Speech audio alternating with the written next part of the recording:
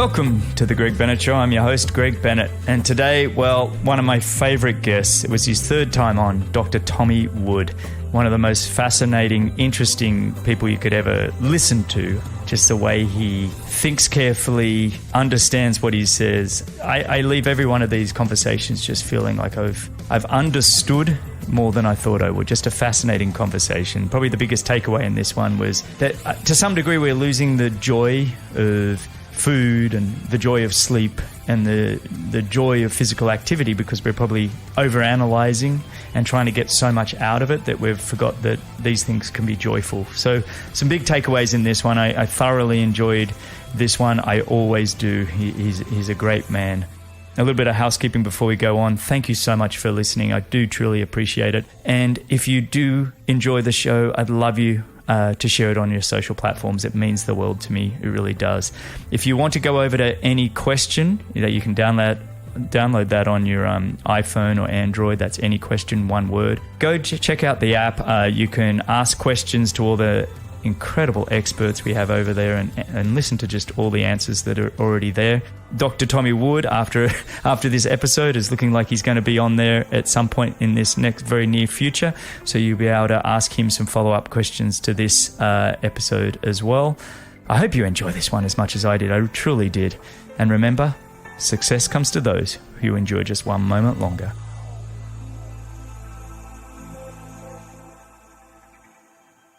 All right, my guest today is joining me for a chat for the third time. Yes, he's that good.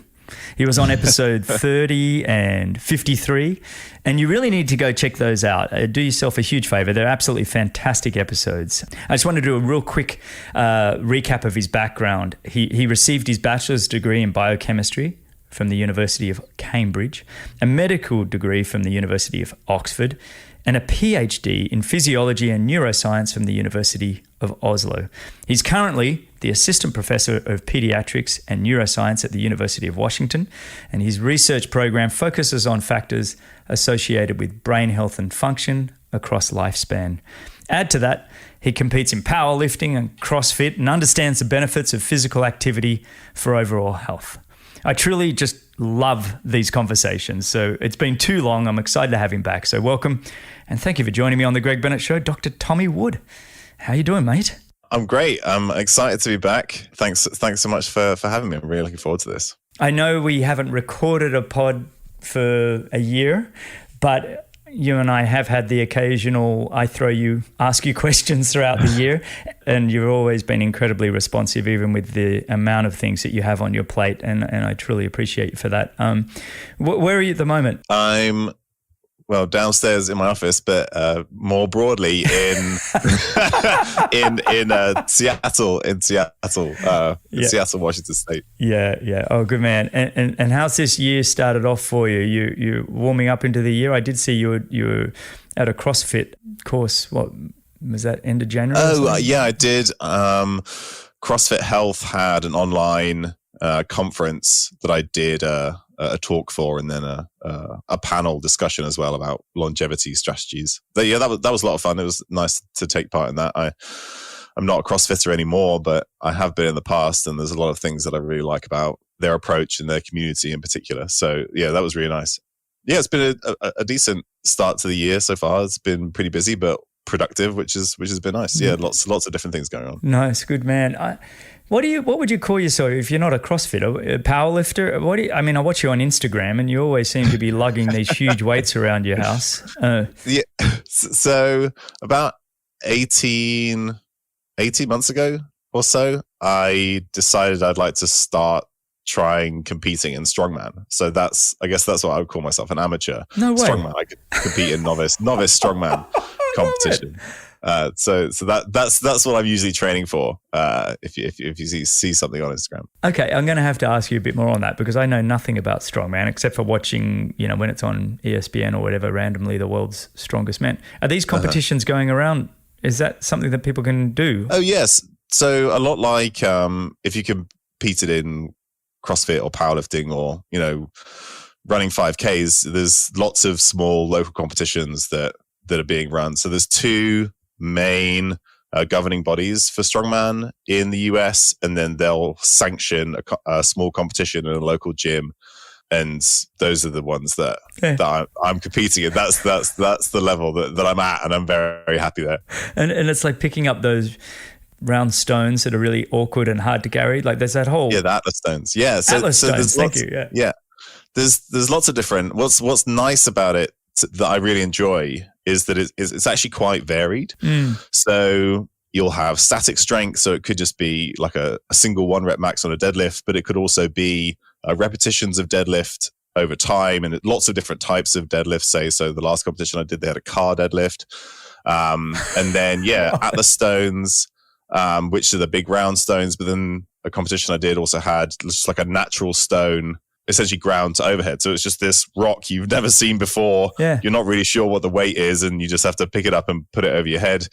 Pulling cars, just all this kind of stuff. So there's the sort of absolute brute strength component of it, but there's also a more dynamic component, being able to move with a reasonable amount of weight, which I really enjoy. I just think that's fascinating.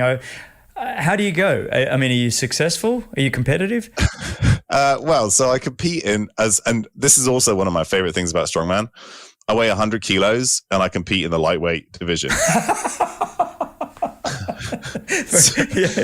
What is 100 kilos in pounds? 220 pounds. 220 pounds. Yeah. So there's depending on the federation. So I compete as a novice lightweight, which is basically like the groundest entry level.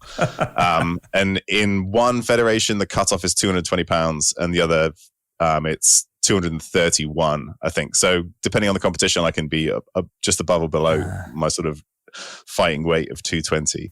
Yeah. So in the category that I'm in, novice lightweight is usually the one that probably has the most people in it, because just people around the gym will just show up and compete.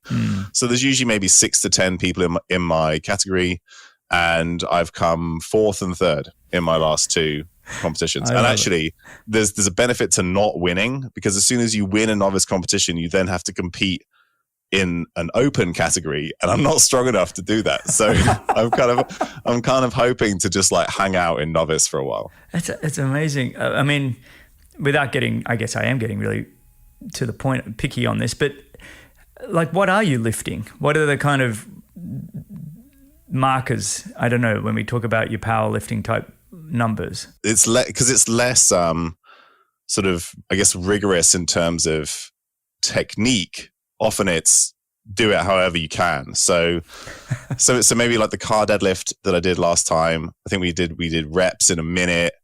I did 16 or 17, and it was probably 400 and something pounds, like in the hands, like, because it's on a lever, right? You're not lifting up the whole car. We had a keg press. So like a keg is obviously a very awkward shape. Yeah. I think our one was 130 something pounds. We had to get as many reps of that as possible. I think I got 3 or 4. The overhead pressing stuff is the stuff I'm not very good at. In that competition, there was also a wheelbarrow. So it's like a 600 pound wheelbarrow you had to move. Then you had to lift 200 pound sandbags over like a platform thing. So it's that's kind of like the weight that we're working with. Wow. And I'm sorry, we will move on to the brain and everything else I want to talk about, but I'm sorry, I'm fascinated by this because I have no clue about it. So do they tell you before you get there that you're going to be lifting cars, or you just turn up and you go, oh, there's a car there and there's a keg there? No, there's they'll tell you the events beforehand. So my next competition is coming up in May.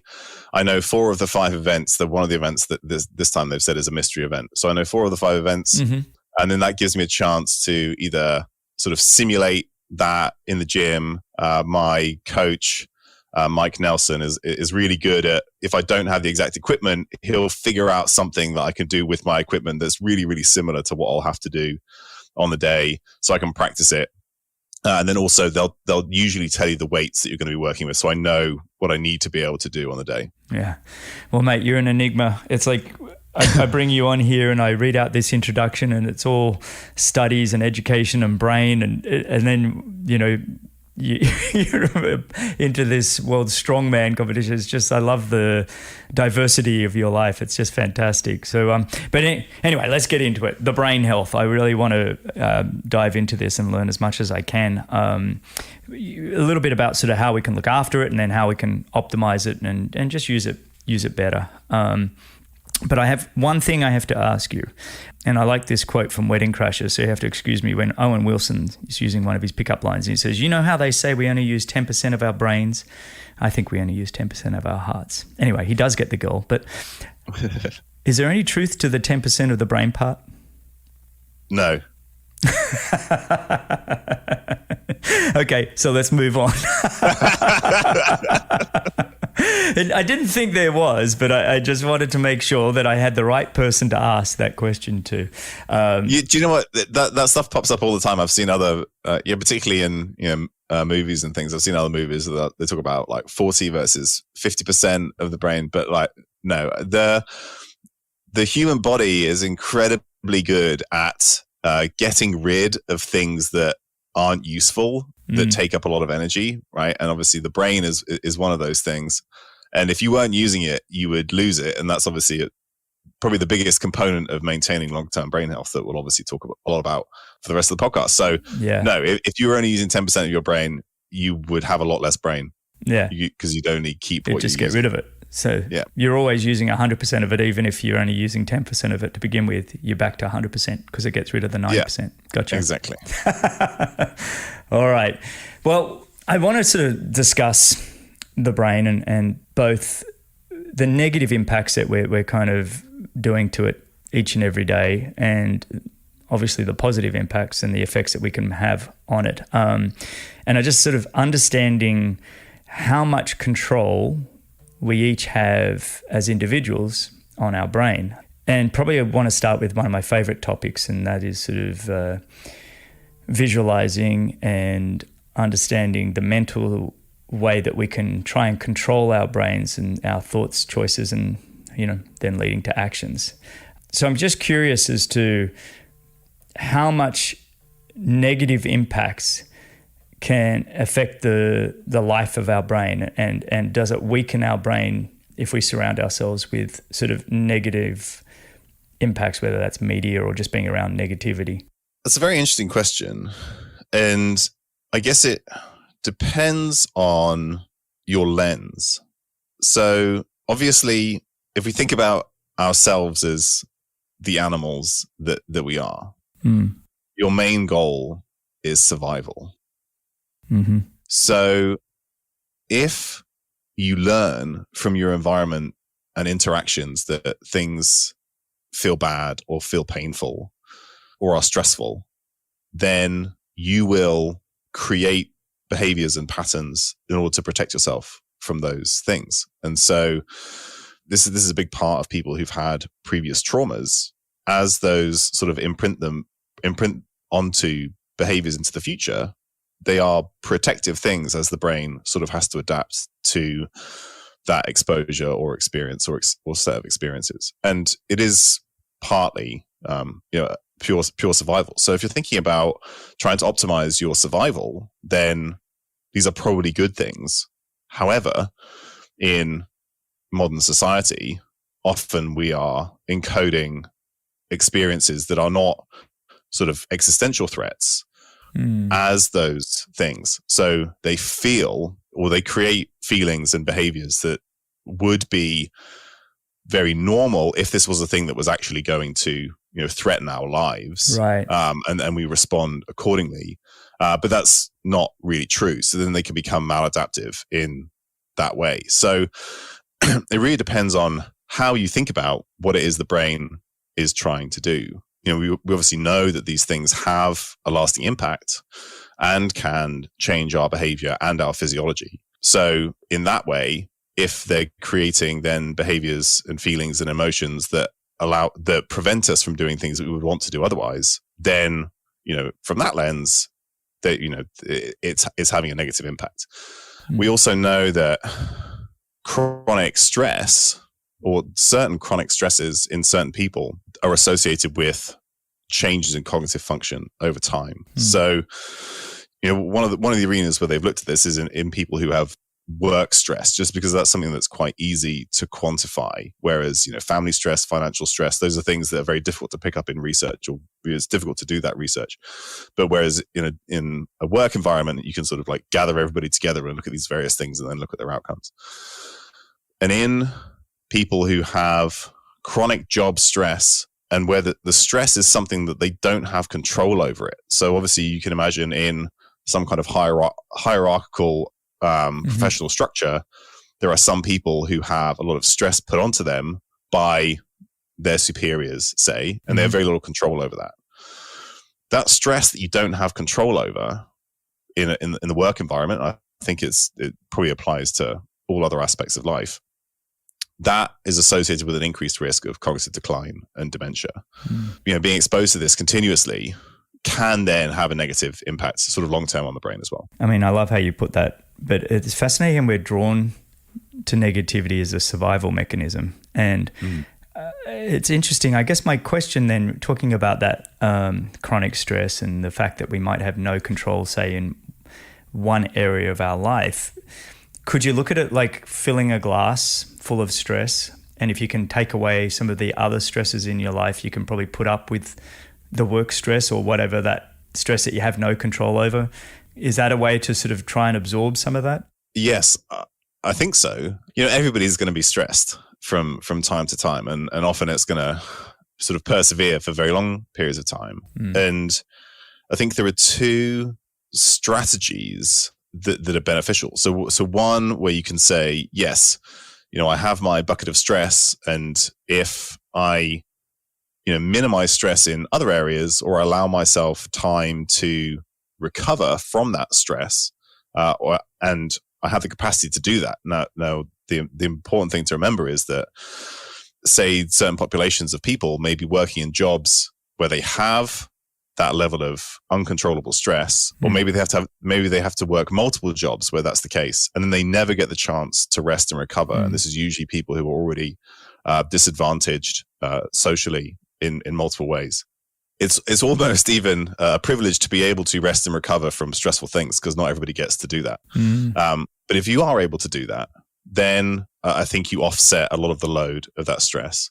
It's important to not feel helpless in that. So acknowledging this stress and then being able to mitigate it in other areas of your life, I think, is important. And then there's another part of it that I think is quite important, and it essentially comes from Stoic-like philosophies, which is that you should control the things you can control, and the things that you can't control, don't worry about it. And obviously it's very easy and flippant to say don't worry about it, but I think you know what I mean. So you can try and control the controllable factors, and then acknowledge that there are things that go on in your life that you truly have no control over, and then just accept that that's part of the process, even though sort of accepting that can be really difficult to do. I'm kind of trying to get my head around going, okay, things like media for me has been an easy one to flip off. I feel like it's a lot of things that I can't control.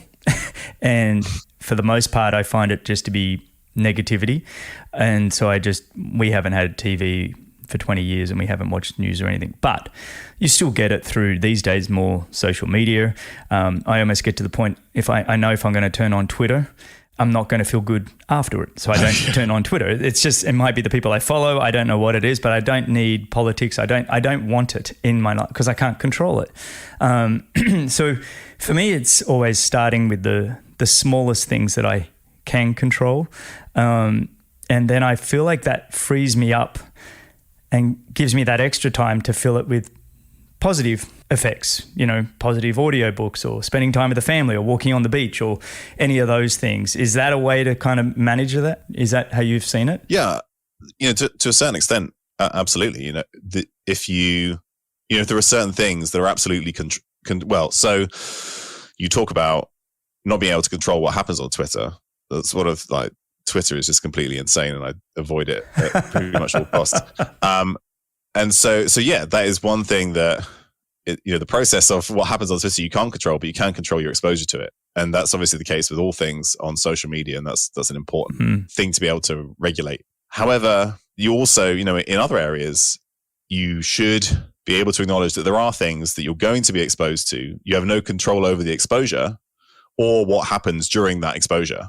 Just like we're talking about the job example, right? You have to have the job because you need to earn money, feed your family. And you have probably in that scenario, maybe not that many options for switching job, and the job is stressful and you have no control over it. So in that scenario, there are going to be things where you have no control and you can't change that you have to be able to acknowledge and deal with elsewhere. So the reason why I'm saying this is just that you can't just say, well, everything's like Twitter and I'm just not going to do it because I don't like it and it stresses me out, right? There are going to be these things that you're going to be exposed to. They're going to be stressful. You're not going to have the control that you want, and you're going to survive it and come out the other side, and hopefully be able to, rest and recover and adapt elsewhere. Can we, though, when you talk about those uncontrollables, can we at least control our thoughts about that job? Or I'm sure you've got stories where people are doing whatever kind of jobs that aren't great, and others would call them stressful, and yet some people are able to sort of rise above it and change their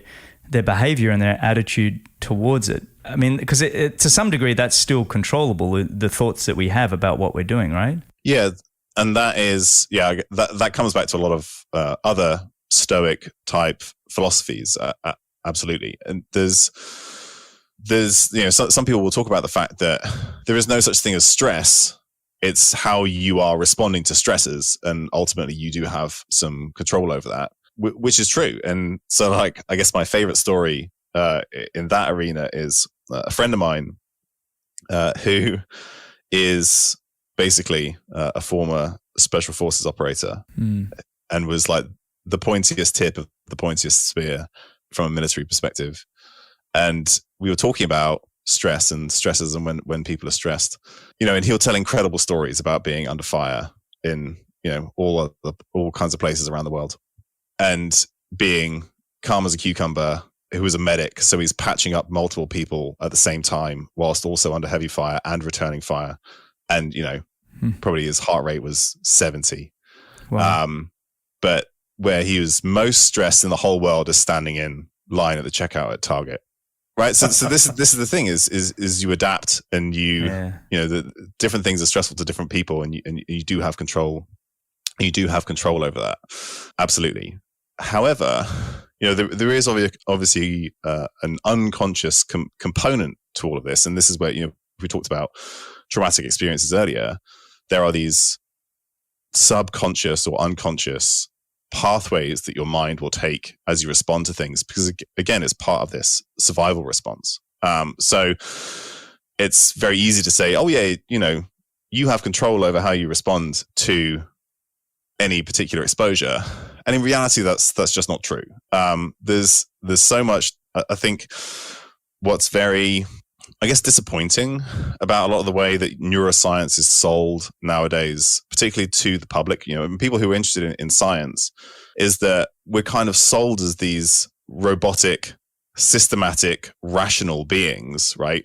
Do these 10 things to improve your focus 15% or whatever, or do this to respond in this certain way. And humans don't work like that. It's just so much more complicated than that. And I think that we sort of use neuroscience as this kind of sexy thing that we can sort of leverage to improve all these things as part of our lives. But humans and their emotions and responses are so much more complex than that. And I would really recommend that anybody who's interested in this read Behave by Robert Sapolsky, because it basically sets up throughout when you react to a certain thing, you say a certain thing, everything that's happened throughout your entire life, and maybe even before you were born, as certain epigenetic markers were laid down on the genes that then became you, all of those things line up to determine your response.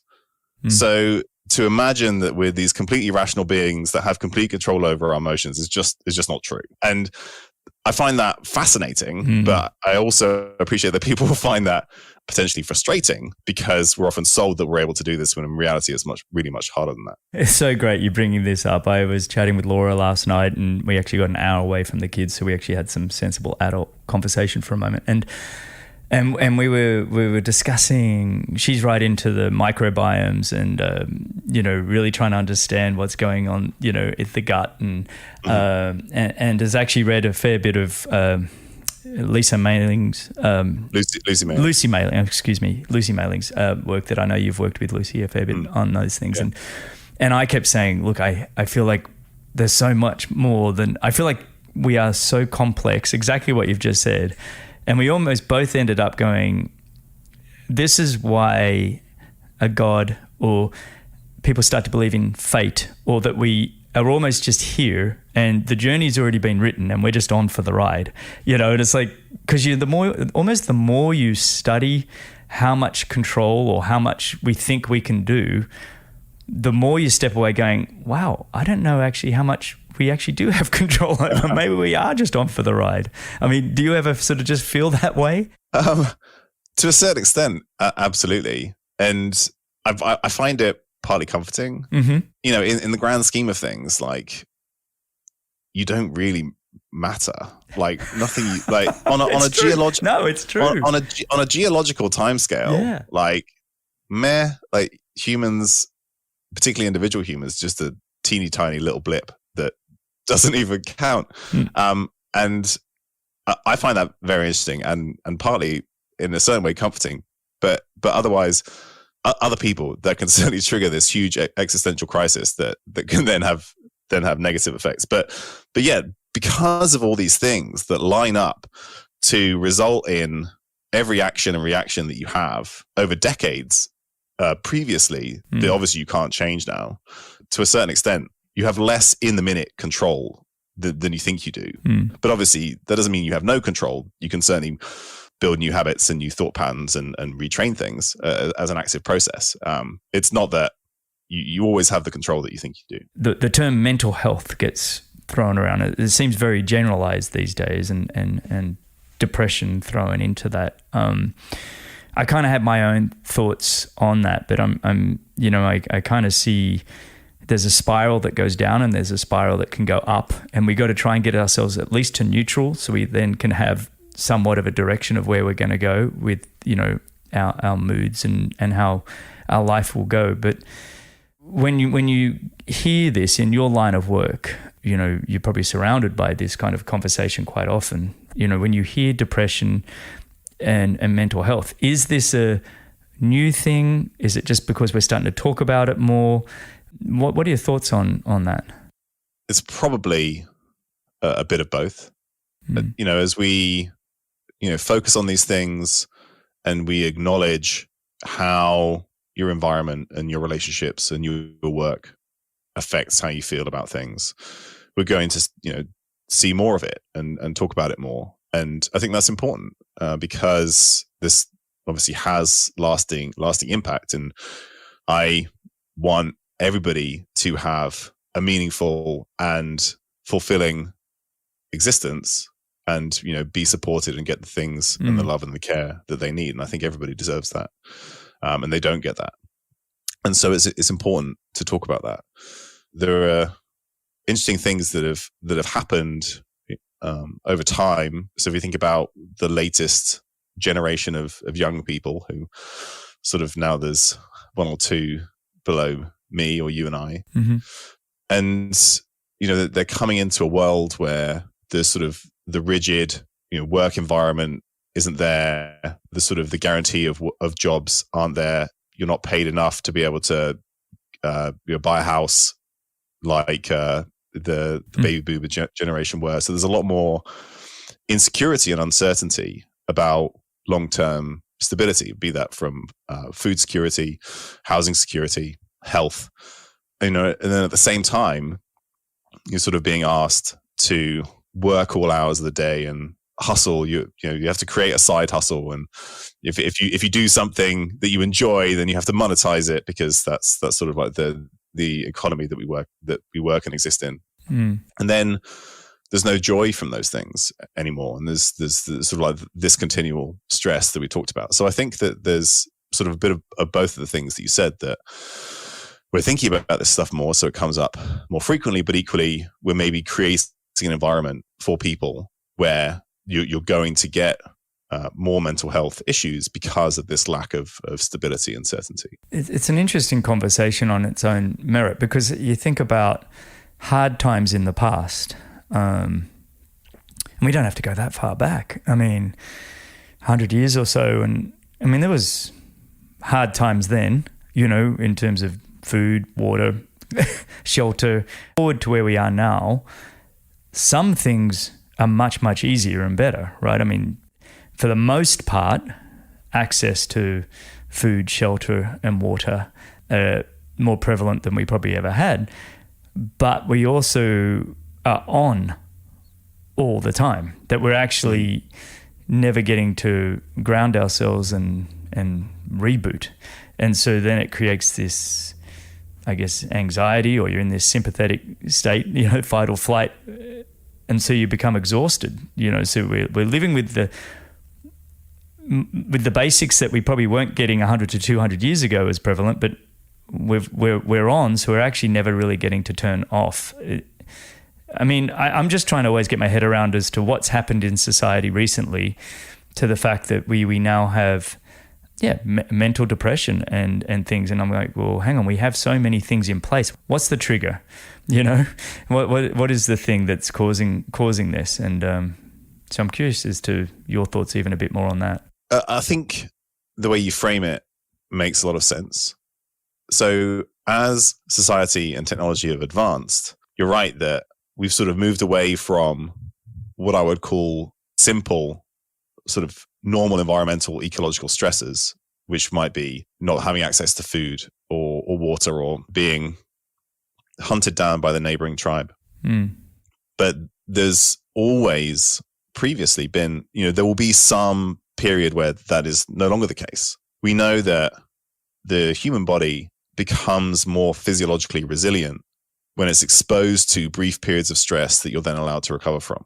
So exercise being the perfect example. And we do a lot more of this now. We have to create these stresses in the modern environment because they don't truly exist. So periods of fasting or cold or heat, these things that the body beneficially adapts when it's exposed to, as long as the exposure is enough to drive adaptation but not cause injury, and then you have a period to recover from it. And those are the traditional stresses that our bodies and our brains are used to dealing with, and those are the historical hard times that you talked about. And those are essentially how the human was sort of crafted evolutionarily.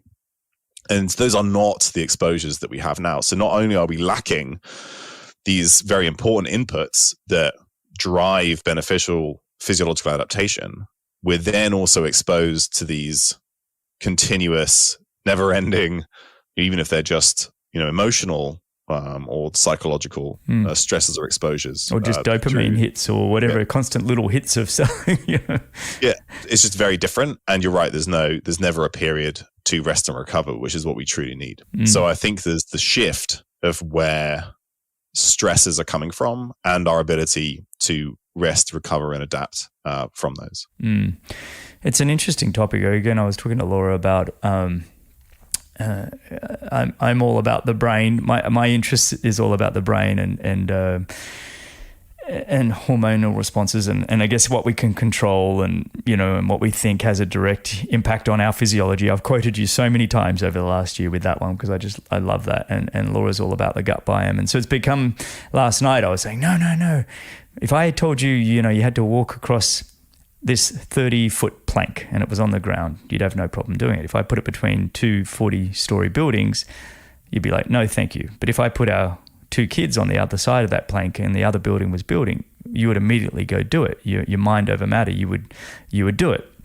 But then we came back to the fact that was a spur of the moment type thing that you could do it once or twice if you had to, but there's no sustainability in that purpose, that reason, that control that you felt like you had. I guess what I'm trying to say is, can some of life's health concerns we have, especially around mental health, can we solve that through just finding purpose in what we're trying to do? To a certain extent, yes. Because I think that's sort of one of the core things about humans is that we need to be needed or to feel useful. And again, historically, that's something that I think we've had. If you go back to, say, hunter-gatherers, everybody has a purpose or a role in the group. More recently, people had these very sort of well-defined roles in society, and there was few enough people that everybody could have their defined role and act that out. And I don't think that necessarily exists anymore.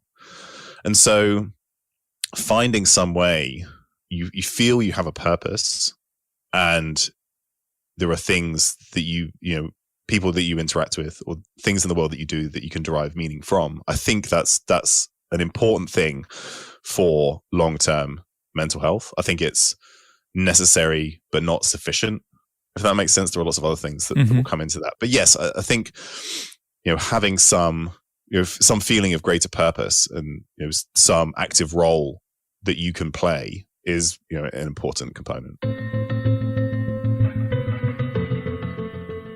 A quick mini break just to remind you to go over and check out Any Question. You can either download that on your iOS or Android phone, just Any Question, one word, or you can use anyquestion.com/Greg Bennett. So you can use anyquestion.com/Greg Bennett. Yeah, it was interesting on the Any Question app, which I was talking to you about pre-show. Somebody asked, you know, is success all in the mind kind of thing, you know, and it made me really think about what do I think of success, you know, and what is my purpose. And I started to think about it going, and my athletic background was, sure, you're always striving to a destination. There was always a journey. And quite often the destination was always a bit, it was okay. You know what I mean? It was like a little bit of joy, but it really is about the process and the day-to-day and the, you know, and I decided to answer that question by basically saying, look, I think I like to sort of get up in the morning, know that I'm going to try and have the three things for me is a bit like you just mentioned, you know, feeling valued in the workplace. So doing something where I feel like I've contributed, and that doesn't mean somebody has to tell me I feel valued, but I actually feel like I did something that contributed. Then my health, do something for my health, and then do something with my family, right? They're my big three. And then I can put my head on the pillow at the end of the night and go, that was a successful day. Is there a way that we can kind of train people to have that kind of mindset? Or am I coming from a place of privilege? Like, you know, you mentioned earlier that some people just can't get to have that. I think the answer is yes, which basically means both, right? There are two parts of this. Absolutely, you and I and the people that we interact with on a daily basis have the privilege to be able to think about these things in this way and have those things, because and absolutely not everybody does. So that's one part of it. We need to be increasingly open about this. And, you know, one of the things that I find very frustrating about like the health optimization world is people are focusing on these tiny minutiae that probably have an infinitesimally small benefit when there are vast swathes of the population that don't even get the basics of what you need for long-term health. But the other side of that is, if you think about successful athletes, which is obviously yourself and Laura and a lot of the listeners and previous guests that you've had, I think people are increasingly talking about how, or you can kind of steal from Ryan Holiday's phrase of, right, the obstacle is the way, right? So it's the process that's important. You know, people who are very quote unquote successful, or I think people who derive meaning from their successes, are people who are focused on the journey rather than the end goal. And often you need to be, very focused and derive meaning and joy from that process, in order to be successful in the first place, depending on what it is. So very, highly successful athletes who are successful for years or maybe even decades, they focus on the process more than the outcome. The other day I was reading an article about Eliud Kipchoge, who pretty much embodies this, right? He'll spend months leading up to a race. Everybody talks about his training camp, which is incredibly bare bones. Other than maybe his fancy Nike shoes, there's no technology. There's no creature comforts. It's very simple. It's very structured, and it's very much focused on the process. And then, he may give you a fist pump when he's breaking a world record, crossing the line of a marathon. And that's it. That's his celebration. That's just done. And then he's back to the process. Obviously, not everybody needs to to think about that as the way that we achieve success. And I think one of the problems is that we sort of assigned success as, you know, if you're in my world, it's the number of papers you publish or the journals that you publish in or the level of academic sort of rank that you achieve, and or, you know, in some scenarios it might be the salary that you get, or, you know, those sort of material things that people are focused on is the exact opposite. And I think that that's where some of the issues come from, that, you know, what it is that you consider successful. So in my experience, people who are sort of successful and content in their success are the people who focus on the journey rather than, you know, the destination. Yeah, there's a lot in that one. I think one of the things I have the benefit of being older now and being 50 is you get to the point, and I've been able to experience a lot. So when I talk about privilege, I also mean the fact that I was able to explore my passion and really embrace it and be a professional athlete. It was really quite extraordinary to be able to see the world. But now I remember sitting down with my finance mentor and just helping me sort of understand finance, because it's not an area of strength. And he said, well, Greg, you know, what do you want with your life and finances, whatever? I said, I want time. And he almost fell off his chair. He said, that's not something you're meant to understand until you're 65, 70 or whatever. He said, you don't get that with, I think at the time I was like, you know, mid-40s. And I said, no, I get that time is our number one commodity. So for me personally, when I, you know, think of success, it's somebody that actually gets to have managed their time. And so fortunately, Laura and I are both on the same kind of journey here, and we kind of can sit back and go, I'd rather make less money. I'd rather say no to things. I'd rather live well within my means, you know, and have time as our number one commodity. So, but I also liked what you said there about to get the most out of almost every day, to have that grit, to understand that almost life is not meant to be easy, and acknowledge that you're probably waking up to if things are happening that are tough and hard, that's almost to be celebrated. That's how I kind of look at it anyway, that sometimes I think, and I don't want my kids to have a soft life. You know, I don't want them to see, I've seen what softness does as well. You know, I've surrounded myself with a lot of very affluent people, and their kids are the ones that often we hear, you know, are having a lot of mental health and issues that go on. And it's just, for me, it's an interesting one to unpack all of that, because we could talk on and on and on about it, but it's fascinating conversation. Let me shift gear a little bit. And I love this phrase, and I'm going to forget who said it. And it's about, you know, we are the closest 5 people around us is who we actually behave. How much of that is an impact on our brains, that our brains we basically become the people that are closest to us? Do you think that's the case?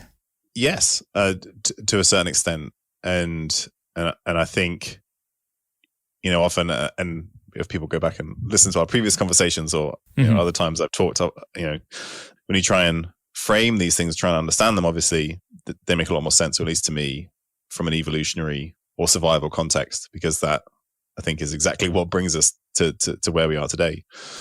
You know, there is this process of trying to fit in and mirror others, you know, in order to create your sort of insular tribe where you're able to survive and be successful. And then the people that are around you will shape that, and you will respond in ways in order to try and fit in, for want of a better word, and become more like them, so that you have your kind of insular protected group. I don't know if it's 5 people or how many people it takes to shape that. But actually, one thing that I wanted to mention earlier that I think is relevant here is that in the era of social media, we are exposed to so many more people than we are maybe capable of dealing with.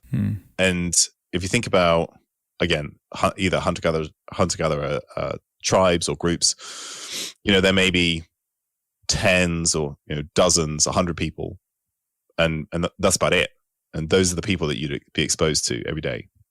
And there's been similar theories in sort of corporate structures. I think the one that was most famous is Gore-Tex. When it was starting up, they got to some certain limit of people in an office, or, you know, in some group, and then when it got to that limit, they'd split it in 2. because you just can't optimally interact with above a certain number of people. I think it was like 100 or 120 people. They'd like then split the whatever it was, the office. That's the kind of number of people that we can probably safely understand, in a way that we can actually understand, interact with people.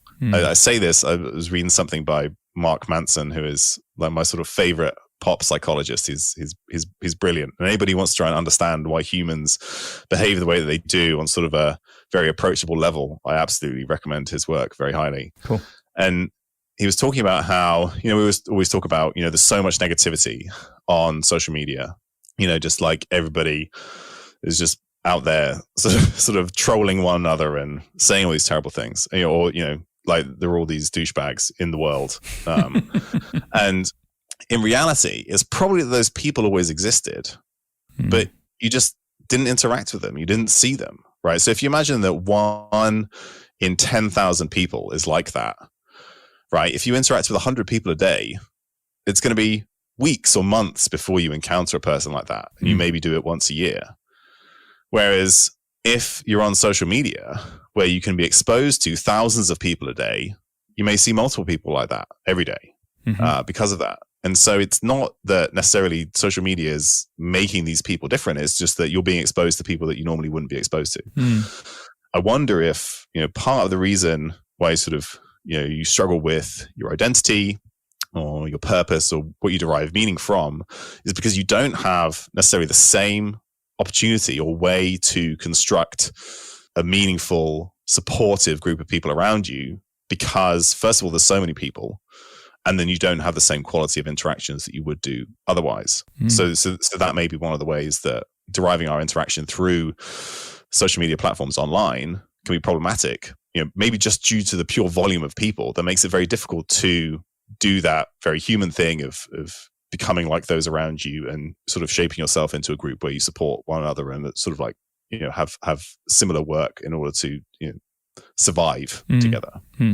How have you been able to manage that? I mean, especially over these last couple of years, you're not on social media a lot. Every now and then I see you post something. I mean, we've talked about media and social media. How have you been? How do you manage it, I guess, is what I'm trying to get at.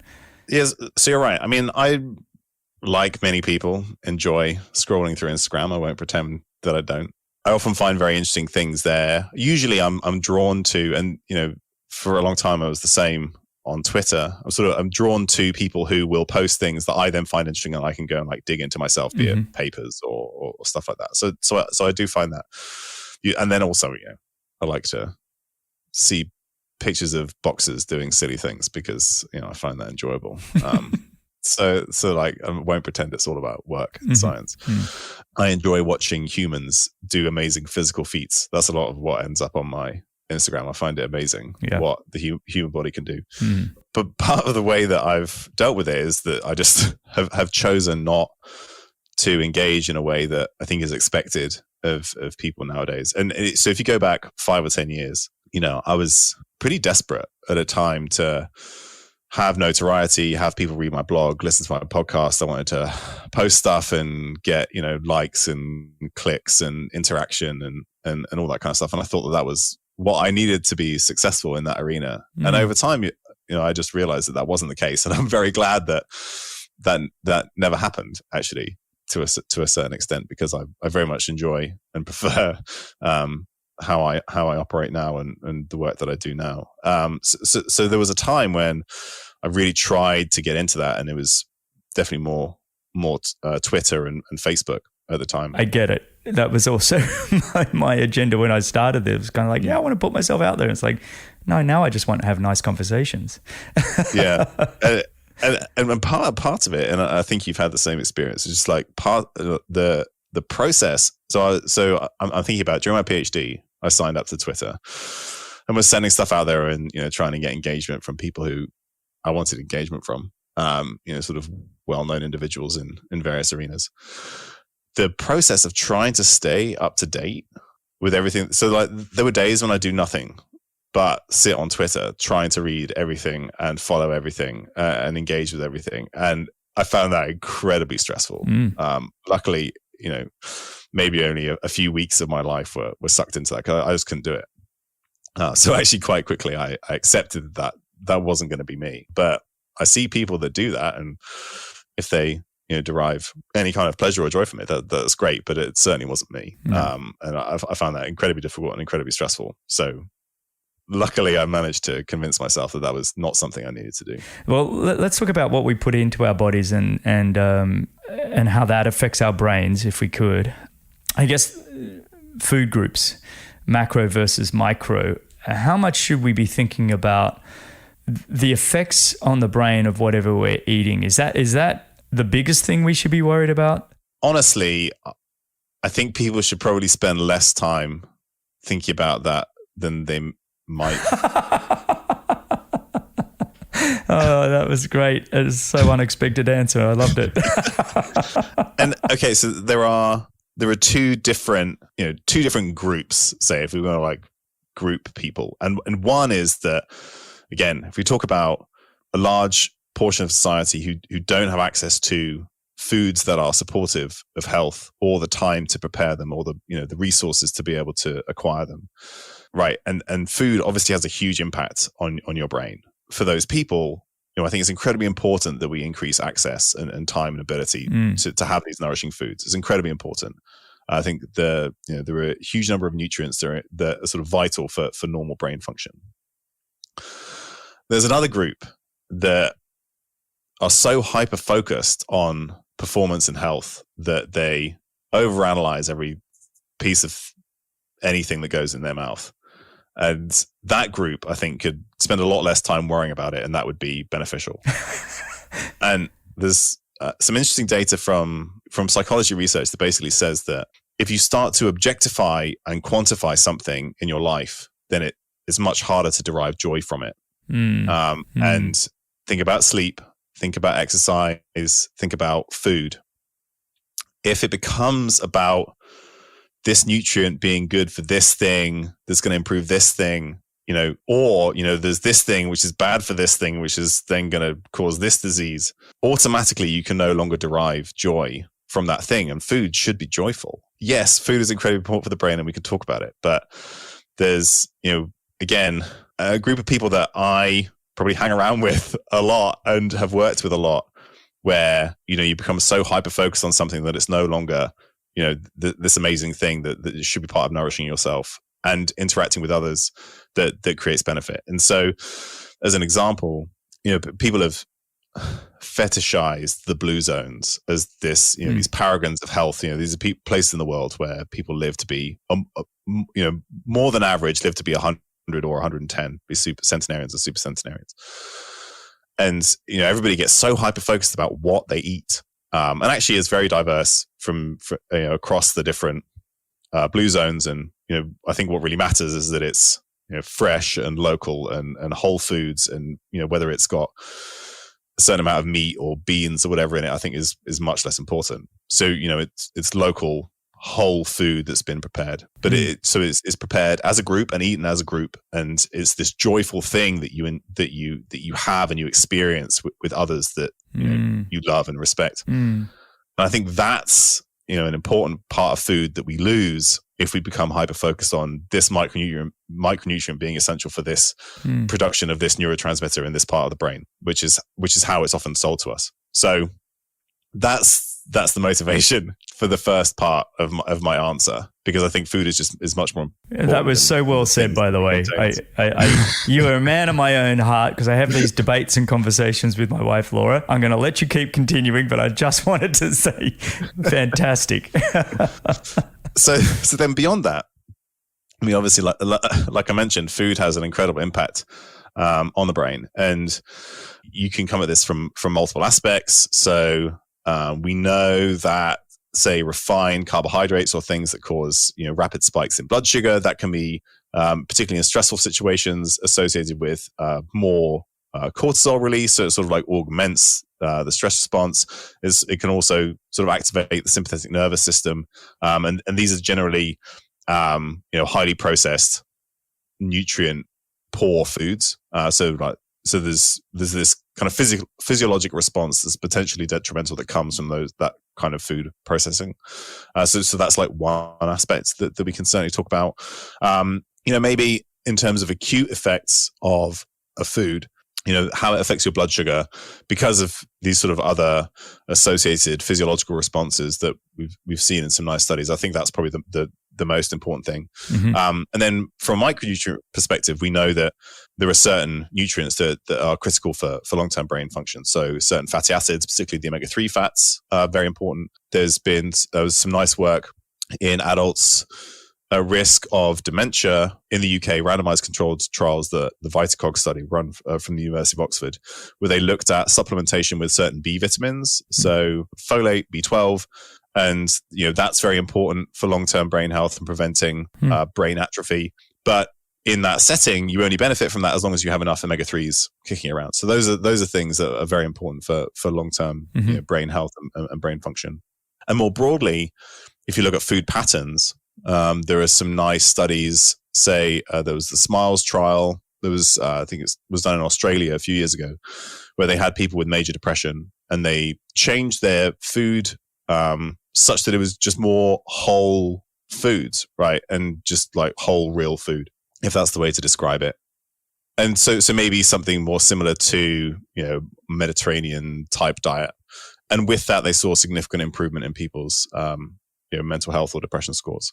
So there are multiple different aspects of how food can affect the brain, and it's like we said at the beginning, it is very important. And if you want to dig into any of those anymore, we certainly can. I love that. It's been one of the things that I've kind of, when you look at sleep, like you mentioned, sleep, food, and physical activity, all of a sudden everything has to be measured and be data and analyzed, and the play is gone. The play and the joy of doing anything anymore. I know people that measure their sleep score every night. For me, I don't want to do that because I'm naturally a fairly anxious person anyway, and I don't need to know that I didn't sleep well when I already probably knew that I didn't sleep well. I don't need to have something tell me, you failed. It's like, my point is, I don't need to learn from that when I already know. And for me, going to sleep and getting rest is just about turning the brain off and just, trying to hit that paralyzed state of just really trying to get that deep sleep. And when I wake up and then I get going. And it's a bit like physical exercise. Somebody asked me recently, actually, what kind of training I do and why do I do it and everything, and what would I do if I could. And basically, all I'd want to do is body surf waves and go for a mountain bike, because neither of those are exercise, they're play. And I happen to be getting fit and doing something good for my body. It's a consequence of what I'm doing. And I think the way you describe food then is we used to, and some families I'm sure still do this, but we used to be quite celebratory about every meal in an evening or spending time over the breakfast table. And I feel like, going back to our early conversation, life has sped up so much that we're actually missing those moments where we're missing the joy of some of the things that are right in front of us. So I really like that. I like that answer. What about environmental sort of things around us, toxins, whether it be, okay, here's one for you, because again, I'm always these conversations with Laura and then I go to you. EMFs, Wi-Fi, 5G. What are your thoughts on those and the way they impact the brain and our mood and who we are? My thoughts are many and varied. And I guess my main summary is that I don't know what to think yet. Okay. Yes. So the answer is that I don't know. Yeah. And I think that there are two camps, and they're both, as far as I can tell, they're both wrong. But something in between is probably correct. One camp being that there's no way that these can have any biological effect whatsoever. And, anybody who's worried about it is completely crazy. I think that camp is wrong. And then there's another camp that says that, everything that, all aspects of health and all the disease that we currently have is associated with or caused by, electrification, man-made electromagnetic waves, electromagnetic fields, EMFs, Wi-Fi. And I think those people are probably also wrong. However, there is probably a middle ground, where there is some truth. but I don't know the importance of it. So from a biological perspective, I absolutely think these things can have a biological effect. And we've seen some of it in some animal studies, but also just from a pure physics perspective. We know that when your mitochondria move electrons, through the membrane, which is essentially what mitochondria does, you're moving an electron through a gravitational field that generates an electromagnetic field. That's basic physics.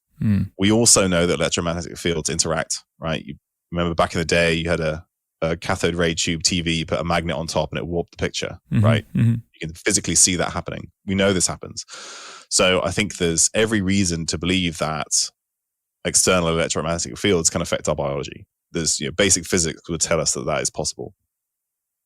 I don't know how much that matters, but I also know that we're being exposed to these things to a certain extent against our will. And what I mean by against our will is that if I walk out in the street, I'm bombarded by cell phone towers and people's Wi-Fi routers, and I don't know about it, right? Because somebody else has control over that. And to a certain extent, we've deployed this across the entire world without really doing any sort of good randomized studies to look at the biological effects. So it's essentially just like this large experiment that we don't know the outcome of, which sounds, and I don't mean to be, to catastrophize that. I think it's just true. No, it's just right? fact. Yeah. Yeah, it's just how it is. It's been deployed everywhere. People are being exposed to it, and we don't truly know the effects.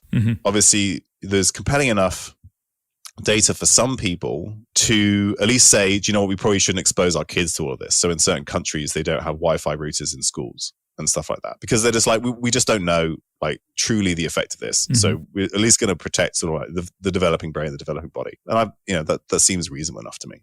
So there are obviously, at governmental levels, there's enough evidence, and there are a huge number of studies that look at this in certain ways, where they say, do you know what, we think that there's probably enough of a signal here to just say, well, let's be better safe than sorry. And, I appreciate that. But in the grand scheme of things, I don't know how much this really matters. So if you were, somebody who is, eats good diet, moves frequently, sleeps well, has meaningful work and relationships, does it matter that you have a Wi-Fi router and you just got the latest iPhone that has 5G?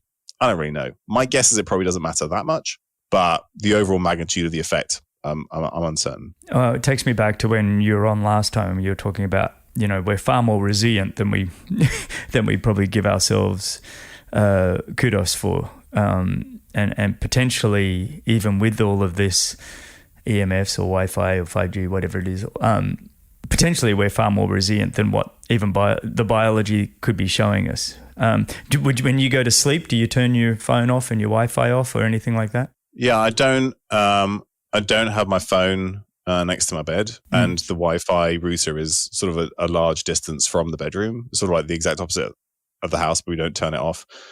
I can't say that there's any real reason. I don't do that specifically for that reason. I prefer to not have my phone by my bed, just so then it's not a thing. I don't want to use my phone in bed. I don't want that to be a habit. So you make it so you can't grab it.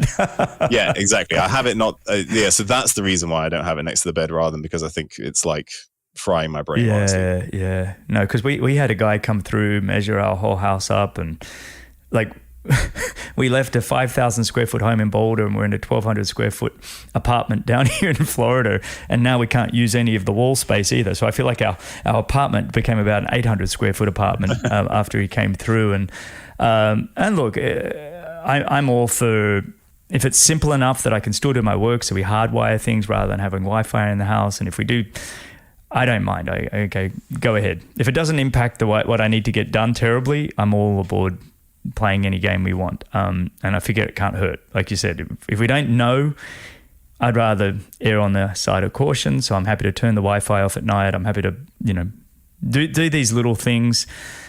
Maybe it's not necessary, but it can't hurt. So that's how I kind of approach it. But it's one thing that I do because there's some reasonable evidence for it is unless I'm traveling from one place to another, I don't have my phone in my pocket. It always comes out of my pocket because there's some reasonable evidence that it can affect testicular function, just having your phone in your front pocket. What about if you've already had kids and you don't want any more? Should you just put a couple of phones down there and just try and make sure the boys don't swim? I think there's probably better ways to achieve that. I'm just kidding.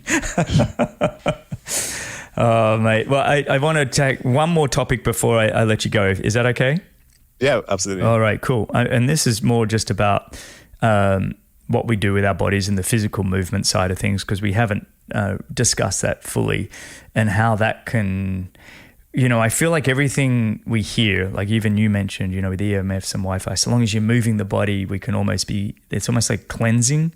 What is happening when we do move? What is happening to our chemistry that makes it so important? One thing that I love about science in this area is that we don't even really know. Obviously, we know certain things, but probably every month you can look in some of the top journals, Science or Nature or Cell, and there'll be some new study that says, when you exercise, this thing is released that does this thing that benefits this thing. So, and if we isolate it and then, we inject it or we knock it out, then you lose the benefits. This is sort of like the reductionist way that we sort of slowly advance our understanding of biochemistry. The answer is lots of things happen. The vast majority, or as far as we can tell, everything is beneficial as long as it's not done to excess. The bit that I find most interesting is that, yes, we know these things happen, but actually there's a whole host of stuff that happens that we actually just have no idea about. Sort of as I've spent more time in this kind of health arena, I've kind of gravitated towards these things where I can say, you know what? I am very confident that you have this benefit, or it does this, or it mitigates this disease risk. But do I know exactly how that happens? No, I don't. But I am very confident in my recommendation and the benefit that you'll get from it. Yeah. And I'm okay not knowing exactly the mechanism and pathway by which that happens. Yeah. And there are lots of people who will pretend to be able to explain all the pathways and mechanisms. But in reality, they don't know either. It just makes them sound fancy. I mean, certain things that people might care about in terms of when we move, we know that it dramatically affects glucose metabolism. So it improves glucose uptake into muscles. Having more muscle and moving it more improves glucose dynamics. And we talked earlier about how blood sugar swings and changes can affect your brain and all these other aspects of your health. We know as we get fitter or we exercise, we increase production of certain things that can support brain health. So things like brain-derived neurotrophic factor. There's a nice, one of the first studies, or it may have been the first study, that showed in humans that you can increase the size of certain areas of the brain in adults. Because previously we thought that, you just have like this fixed brain and then things slowly die over time and there's nothing you can do about that. And it doesn't show, or this study didn't show that you were like growing new cells, but you could see an increase in the size of this thing on an MRI scan. So the hippocampus, which is a part of the brain that's important for memory and is affected in dementia or dementias, when they took, I think they were adults 65 plus, and they just made them walk for 40 minutes 3 times a week, compared to a group that did stretching for 40 minutes a week. That was like the control group. And in the walking group, they saw an increase in the size of their hippocampi on MRI. So then, there's lots of stuff that goes into that, total amount of water and all the proteins around the cells and all that kind of stuff. So like you're just improving the size and probably the structure of that area of the brain through exercise. And the more people improved in terms of their cardiovascular function, so they measured VO2 max, the better the improvement in VO2 max was associated with an increase in release of brain-derived neurotrophic factor. So like the fitter you are, the more you're moving, the more you're improving, the more you're producing this thing that then supports brain function. Neurotrophic, meaning it's sort of like supporting neurons. So those are 2 things that I maybe focus on the most when it comes to exercise and brain health. We know there's some, when it's been looked at, there's some nice data that suggests that your muscle mass is correlated with your brain mass. So after you adjust for things like the size of your skull and stuff, which is obviously different from person to person, the more muscle you have, the more brain you have. And this has been done, across people who have both normal cognition and have some element of cognitive decline. So there seems to be a direct link between your muscles and your brain. And people who have more muscle mass perform better on certain cognitive tests. That was studies done from UK Biobank data in the UK, obviously. The process of having muscle, building muscle, and then moving it seems to be able to support the brain and the rest of the body in multiple ways. That's fascinating. So someone like Arnie Schwarzenegger, his brain should be just... I need to understand the correlations a little bit, but I get what you're saying. I think you in basically saying, look, it's worth lifting, staying strong, working those muscles, because there is a direct correlation between that component and your brain, right? I mean, in its simplest form. Because there's some people that don't put on muscle, but they can still be strong and fit and utilize the muscles they have. And there's a couple of important points. Another thing that I didn't mention is that when you exercise, the process of exercising is actively anti-inflammatory, right? So, and we know that chronic inflammation can affect the brain in multiple ways, and that's because it creates an acute inflammatory response, right? So we talked about acute stresses that we can then recover from, and that's beneficial. You sort of like adapt beneficially. Exercise creates this sort of small but initial inflammatory response that then sort of decreases inflammation overall. And that's another way that it's beneficial. But when I talk about muscle mass and brain size and dementia, I don't mean that everybody has to be a bodybuilder in order to have optimal brain health. And this is part of the problem, like that I've started to realize is that, so when I've talked about, muscle mass, is correlated with brain mass, then immediately people come up to me and they're like, well, I don't want to look like you and I don't want to do the things that you do. So like, does that mean that my brain will never function properly? And I absolutely don't mean that. When you're looking at muscle mass and strength and health outcomes, be that risk of cognitive decline or mortality, you basically just need to be in the top 50% of the population. It basically is just the process of doing anything that actively uses your muscles in some way. So the ask is very, very small. But the benefits are very, very large. I think you in future, when you do bring up that topic, you should probably lead with that, because everybody does. I immediately had Arnie in my mind, and I'm going, No, I appreciate I appreciate the. There's an optics problem. There's an optics problem. No, I get, and people have a very negative connotation around resistance training and bodybuilding because of people who do that professionally or with a very different goal in mind. But if I want you to be stronger and fitter because it's going to benefit your overall health, if you put yourself in the top 50% or a third of the population, that's your like minimum effective dose. So that's where you're going to get the maximum benefit. And then from there, anything above that is very much diminishing returns. So when we're talking about some kind of resistance training twice a week for 20 to 30 minutes that covers all your muscle groups. Right? That's it. You could do it with bands. You could do it with body weight. It doesn't require a gym. It's not hard. It really isn't. And look, keep the bar low, like in terms of, we always hear, especially this time of year, people go, I've got a trainer on. I'm going to go do 2 hours of training a day for 5 days a week. I'm like, no, you're not. You might be able to sustain that for a month, but I know you're not going to keep doing it. So find a goal that, I can do. For me personally, it's 30 to 45 minutes of something every day. Other people, it might be, 3 days a week, I can do an hour walk, whatever. But just, it doesn't have to be so extreme. And I think we live in an extreme society, don't we? Where, well, look at you. You're trying to be the world's strongest man. I'm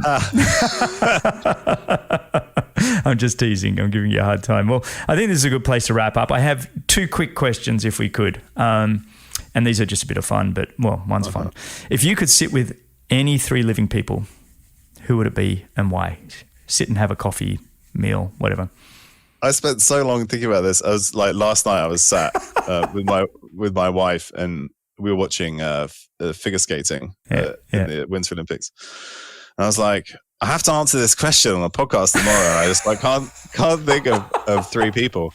But eventually I did, and then I sort of like hit a bit of a rich vein of ideas, and then I ended up with more than 3. But I think if I had to choose 3 people right now, they would be Jamie Oliver, Idris Elba, and The Rock. Okay, let's go through those. Give me a quick why on each. Just because they're fascinating people to me. But Jamie Oliver, I've been a big fan of since I was a kid, and obviously I cook the vast majority of our food at home. I very much enjoy cooking, and he was basically the person who made it cool and made it cool for me, even when I wasn't very cool as a teenager, which is certainly the case. And then, you know, like all people, he's has his flaws and issues, but had a commitment to improving people's lives through food. Like, be it he did this whole school dinner thing in the UK, trying to improve the food that the kids get at school. He had restaurants where he sort of was giving people a second chance by teaching them to be chefs. A whole restaurant around that. And so I think just like he's done some really great work trying to improve people's lives through food, which I think is incredibly important. And then also just like, you know, ever since I was a teenager when he first sort of became famous, I've been a fan of his work. Yeah. And the next, Idris Elba. I was originally going to say Will Smith, but then Idris Elba's like kind of like the British Will Smith, almost, like incredibly talented, incredibly handsome, excellent actor, excellent musician. Although I mean, so they're just like all these things, just like being good at all these things, and then also just being like an incredible human being. By all accounts, I'd just be very, very interested, like how somebody can sort of have all these talents and all these different things and be so good at them, and then also just be sort of like grounded. And there's one thing that was actually said about Will Smith, but I think is relevant to Idris Elba too, which is that, you know, you can't be you probably haven't achieved true success if you achieve that success and then everybody resents you for it, because you've had to do things, you've had to like mess people over, or, you know, burn bridges or ruin relationships in order to achieve that success. And I think one of the things, and it's probably not true, I'm sure there are some people who resent Will Smith or Idris Elba for their success, but I think most people don't. They're just like, look at this amazing human being and be like, how did you manage that? And, you know, be happy for their success. Yeah. And so I think that it requires a very interesting, human relationships and personality to be able to achieve incredible success, but then not have everybody be mad at you for it, if that makes sense. No, it makes perfect sense. I like that. And then I said, or maybe that would have been a good one to end on, but then The Rock. Again, just like an incredible... Rock. You don't even have to explain the why with The Rock. I don't even need to explain that. I think who wouldn't... So I wouldn't have coffee with The Rock. I'd have 12,000 calories worth of pancakes. I want to be there for his cheat day that he advertises on Instagram every now and then. Yeah, exactly. That's what I'd want to sit with The Rock for. It's funny. I have The Rock on my 3. So there we go. I have the Queen. I actually have the Queen, and then I met the Queen. Oh, did you really? Yeah. We've got time for another story? Please. When I started my PhD supervisor was was part of a research group from the University of Bristol that was getting an award from the Queen for their research. And it was basically the neonatologists and obstetric groups at the University of Bristol basically improving the lives and survival of babies. So one of the guys on the team basically found out a lot of stuff that sort of reduced sudden infant death syndrome, cot death. Cool. And when they got the invite to go to Buckingham Palace, each of the professors was allowed to take a trainee to go with them, even though I had nothing to do with any of this work. I take zero credit for any of it. Yeah. But so I just started my PhD, and my PhD supervisor invited me along. And so then there was a big reception afterwards. Like, the Queen went around and shook everybody's hands and said hello. There's these great photos that I can send you. But it's basically, we're standing in this circle from the Bristol group, and the photographer is kind of behind me, and I'm standing next to my PhD supervisor. And so you see the back of our heads, and then you see the Queen like between us in front. And sort of the first picture, she's talking to my PhD supervisor. She's got this big smile on her face. She looks super happy, right? Obviously being very entertained.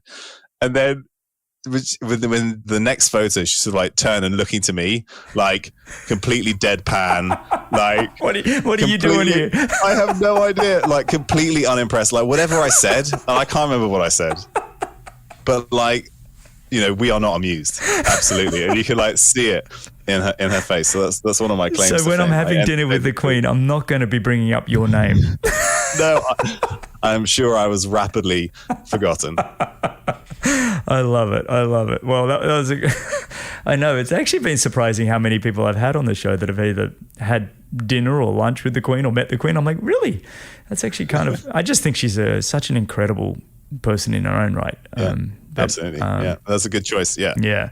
And then I did have Warren Buffett, more just because I just think I'm just fascinated by what he thinks. But I don't know.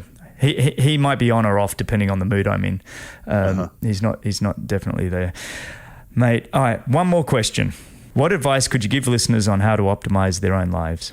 I thought about this a lot. And I think I decided to double down on something we talked about earlier, which is that if you're somebody who is focusing on truly optimizing, then I think it's important to not optimize by objectifying things that you should enjoy.